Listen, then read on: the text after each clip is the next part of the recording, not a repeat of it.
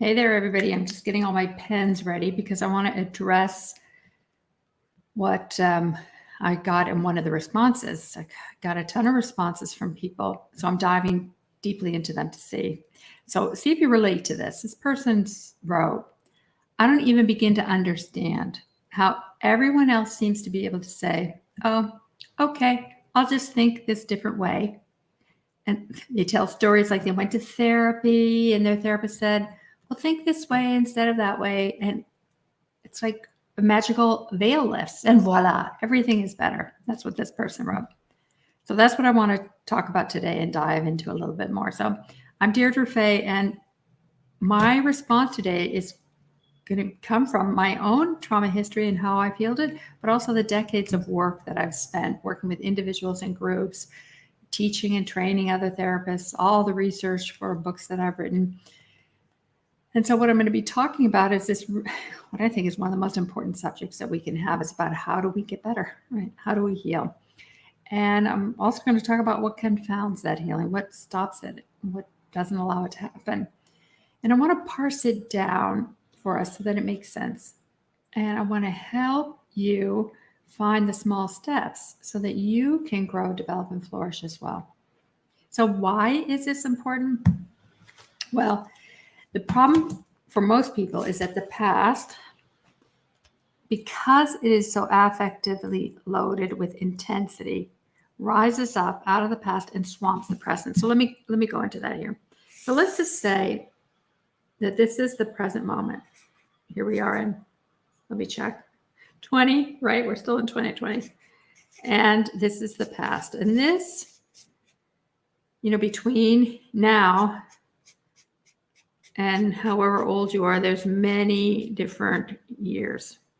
And in that past, we have stored things I just call them time capsules, different experiences that are loaded, not in a logical linear way, but in a, let's call it an affective way. Let's say the first time you learned to ride a bike, the first time you went to school, all those firsts are in different little tiny memories, sometimes big memories, and they all have within them lots of different thoughts, lots of different feelings, and lots of little body sensations. Each of these have that. Now, let's say the first time, or let's say one time when something happened, you got really triggered and activated because somebody was mean to you. You were bullied, maybe. That goes into this memory bank. Let's make it a red one. And it's painful, so it's charged. And maybe there was nobody there to help you process that. So that gets even more activated. Nobody's there, so the charge is still in there. It never gets processed, right? So let's say that, let's say you're in this moment and something happens that reminds you of that last moment. That's what we call being triggered. So you're here in this moment and something happens that's very similar to this, and it activates this past moment. So you're here in this moment, this gets activated, but now here's what is so important to get about healing is when this gets activated and this is so affectively charged, this literally explodes into this moment, and it feels like, how's the best way to say it? It feels like this is happening now, right? This barrier, we call this dissociative barrier, that the time boundary barrier, that gets dissolved, and all this explodes into the moment, and this is happening now. Or another way to say it is we get pulled down into this moment, and this isn't happening. We're lost in this moment. Let me know if this is making sense. I want to just either let me know in the chat or in a emoji or whatever they're called. Just let me know if this is making sense, because this is what's important. So in the becoming safely embodied skills, we go into this, I call this the parallel lives, right? We're living in one reality and something else is happening. This is what we're aware of. I mean, this is the present moment. Like, this is where we are in time and space. but this is a felt experience, right? And when this barrier gets swamped, this gets activated. Now, here's the other thing. If we haven't built ourselves into having what we call a self-container, looks like a starfish, not a person, but you get my point, then this gets fluid a lot. And that we don't always have a sense of what's going on in the past and what's going on in the present. Now, here's another important piece. In attachment theory, one of the things we acknowledge is that the past is always invading the present. Most of us don't have a clear distinction between here and now. I mean, reality, right? We know we're in this moment, but on an affective level, on a feeling level, this gets overwhelming and floods this moment, right? So it really, so much of our healing depends on what perspective we hold. Are we going to be here in this moment, looking out at the world this way and saying, oh, this is what's happening? Or do we do a detour, right? And the detour for many of us, especially when we're triggered, is we go down here and we look out the world from one of these time capsules. So if we were bullied in the past, or we were shamed or humiliated or ridiculed, or you name it, right? We all have many of those situations. When that happens, that's the perspective we're looking out at the world of. Does this make sense? Let me know about this one. Because this is that perspective. This is where I'm saying it can't change. Nobody loves me. I'm never going to be good enough. I'm thinking of all the different things that people say. So we're needing to do a perceptual change. I'm not sure it's the right word to say it. Another way to say it is I talk a lot about how we have to clear our contact lens, the lens we're looking at the world, the perceptual lens of the reality. And this comes right from attachment theory. So let me get back to what I was saying. In many ways, healing is about training our body, mind, and heart to live in this moment, right? Welcoming and befriending this without getting lost in it. Okay? How's this sounding? Is that landing?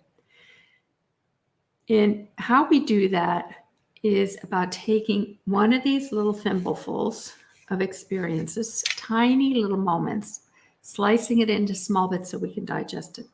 So let's say, let's call the bully. Let's stay with the bullying experience. So say I have a really bad history of being bullied. Now, in this moment, if something happened and somebody pushes me around, I stay in this present moment.